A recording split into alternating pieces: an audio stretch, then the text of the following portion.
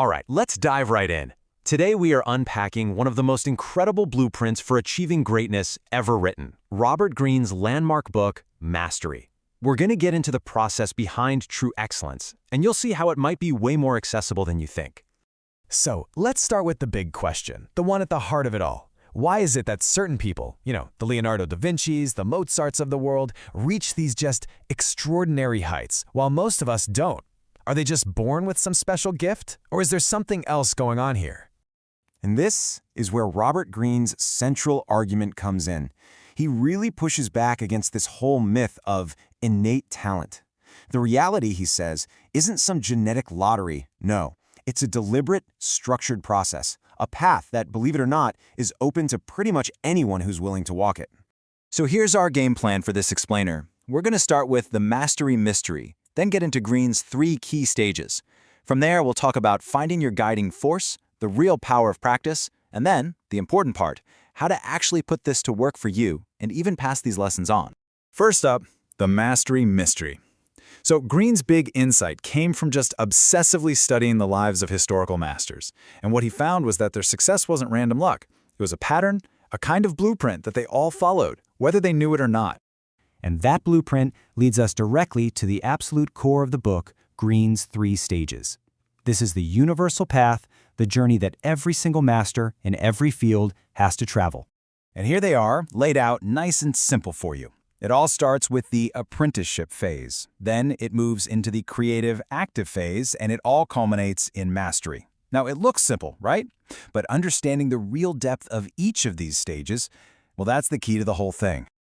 Okay, so step 1, the apprenticeship. Honestly, this is where most people get tripped up, because our culture is all about instant success. But this phase, it is non-negotiable. It's all about deep observation, soaking up the fundamentals, and doing it with humility and a ton of patience. You just can't build a skyscraper on a weak foundation. And this image here really captures that mindset perfectly. I mean, think about Leonardo da Vinci. He wasn't in that workshop to become famous or get more followers.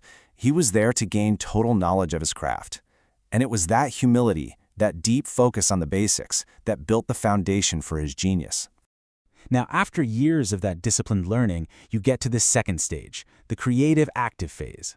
This is where it gets really exciting. You shift from just absorbing knowledge to actually applying it. You start experimenting, you see connections nobody else does, and your own unique voice starts to emerge from that deep well of knowledge you've built. And this slide just nails that idea. Steve Jobs didn't just invent something out of thin air. No way. He took these separate fields he had mastered, technology, design, business, and he combined them into something totally new, something that literally changed the world. It was a synthesis, not some random spark of genius. And finally, we get to mastery. This is that ultimate stage where your skill is so deep it looks almost intuitive, like magic to an outsider. Masters see patterns in a heartbeat and make connections that seem effortless. But, and this is so important, that intuition isn't a guess. It is the product of thousands and thousands of hours of focused experience. So what is it that fuels this incredibly long and difficult journey? Well, that brings us to our next section, finding your guiding force, or what Greene calls your life's task. This is all about finding your internal compass. Before we look at Greene's ideas here, it's worth taking a second to ask yourself, what's guiding you right now? Is it your own deep curiosity? Or is it something else? Because Greene argues there are 2 very, very different paths people tend to follow. And here they are. You've got the conventional path, which is driven by external stuff, money, status, what society or your parents expect from you. But then you have the mastery path, and that is fueled internally by your own natural curiosity, your deep interests. And when you align your work with what truly fascinates you, those thousands of hours of practice, they don't feel like a chore, they feel like an adventure. So once you've found your life's task, how do you actually improve? Well, that brings us to the engine of the whole process, the power of practice. But as Greene makes really clear, not all practice is created equal. The key difference is this. Mastery is not about mindless repetition. It's about what we call deliberate practice. I mean, look at the climber on this slide. She's not hanging out on the easy part of the wall. She's pushing herself at the very edge of her ability. It's about finding the specific part of a skill you're weak at and pushing yourself just past your comfort zone. That right there, that's where all the growth happens. Okay, We've gone through the theory. Now for the part that really matters. How do we actually use all this stuff? So let's get into putting mastery to work with 4 practical lessons you can literally start applying today. Let's quickly break these down. First, be patient. You have to trust the process. That apprenticeship phase is your foundation, so embrace it. Second, choose wisely. Don't chase the money or the fame. Follow what you are genuinely curious about. Third, seek mentors. A good teacher can light the way and save you years of trial and error. And finally, develop deep focus.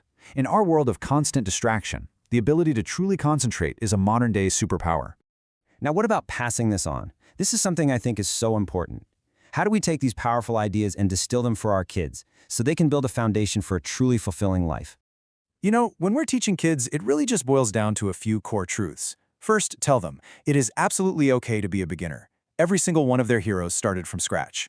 Second, practice is how you get better. It's all about effort, not some magical talent.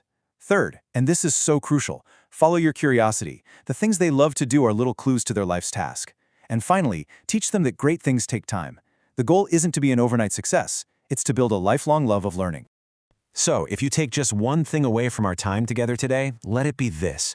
The true, empowering message of Robert Greene's mastery is that greatness is not some gift reserved for a select few. It is a process, it is a path, and it is available to anyone, absolutely anyone who is willing to commit to that journey, with patience and with focus. And that journey leads to a pretty profound destination. As Robert Greene puts it, if you commit to the path and you stay with it, you eventually get to a place where the struggle kind of fades away and the work itself becomes your greatest reward.